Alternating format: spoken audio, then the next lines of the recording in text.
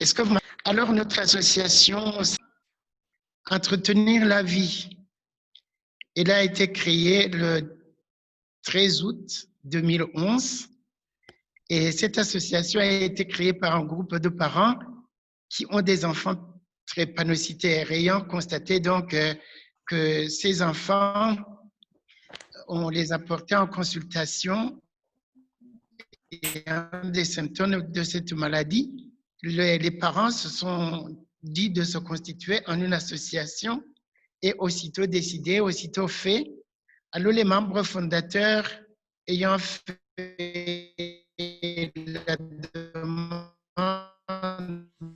d'agrégation de l'association, la dite association a été agréée, comme je viens de le dire, le 13 août 2011. Et l'association des personnes drépanocytaires a un objectif principal qui est de faire connaître la maladie dans tout le pays. Alors la drépanocytose était jusque-là peut-être connue, mais pas des milieux hospitaliers, par un petit nombre. Et le constat fut que la maladie était quasi inconnue dans les structures sanitaires du Burundi. Et c'est alors qu'on a pris l'objectif de faire connaître la maladie au public et de témoigner que cette maladie est bien là au Burundi, bien présente. Alors les membres en une assemblée générale ont convoqué des membres fondateurs, convoqué les membres fondateurs, ont fait une structure pour se distribuer des rôles après avoir constitué un comité. Et maintenant, on a des antennes un petit peu dans une bonne partie du pays. Un autre objectif fut de faire la sensibilisation auprès d'un grand public, auprès de la population, d'abord pour dire que la maladie est bien là, et puis de faire connaître la gravité de cette maladie. L'objectif qui est donc prioritaire prendra du temps parce qu'on n'a pas vraiment de moyens et risque d'être un petit peu entravé. On a pensé à comment atteindre et réaliser pleinement cet objectif et on s'est tourné du côté des médias, la radio, la télévision, la presse écrite, des campagnes de sensibilisation, etc.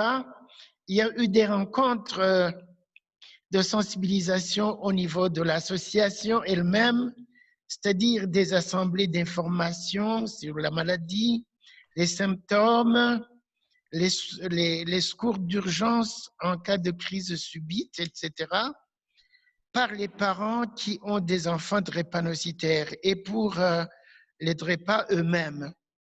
En plus de cette sensibilisation, il y a eu aussi des conseils prodigués pour une bonne alimentation, un régime particulier pour les patients de la drépanocytose et surtout sans oublier aussi le côté psychologique, comment aider l'enfant drépanocytaire à supporter sa maladie. Et comme objectif aussi, l'association s'est assignée l'objectif de chercher de connaître la prévalence de la maladie sur l'ensemble du territoire burundais. Travail très hardi qui prendra du temps et qui requiert aussi beaucoup de moyens. On a déjà présenté un projet, mais on n'a pas encore eu de réponse. Cet objectif n'a pas encore été atteint, mais on n'a pas abandonné du tout. Il y a aussi un autre objectif, c'est celui de faire un plaidoyer pour une prise en charge des drépanocytaires, pour qu'ils puissent bénéficier eux aussi de la gratuité des soins, de la gratuité des médicaments, comme pour ceux qui souffrent de la tuberculose et autres. À côté de ce plaidoyer, il y a aussi une demande au ministère de la Santé publique, de la lutte contre le sida, de la création d'un centre de traitement de la drépanocytose. Et parmi les objectifs, il y a l'objectif de sensibiliser aussi le personnel soignant, les médecins, à la présence de la maladie, la drépanocytose, et aussi d'organiser des ateliers de renforcement des capacités pour le personnel soignant au sujet de la maladie.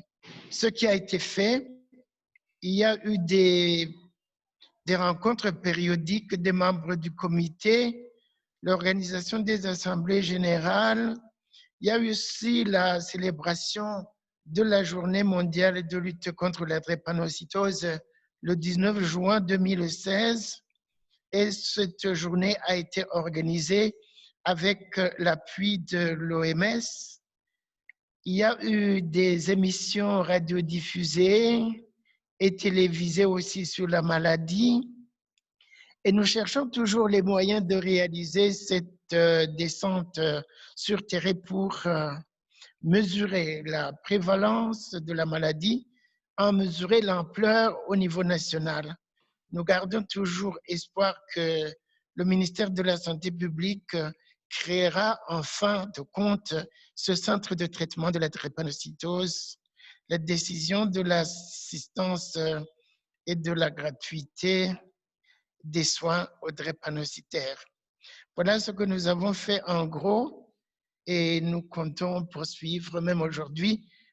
Alors que je vous parle, on est en une rencontre du comité restreint pour préparer notre assemblée générale pour le 4 juillet. Voilà, Corinne. Merci beaucoup. Merci, mon très cher. Merci. Donc, je vais terminer avec Je le ne sais chat. pas si vous m'avez tout entendu. On a tout entendu, c'était très bien. Vraiment, merci beaucoup.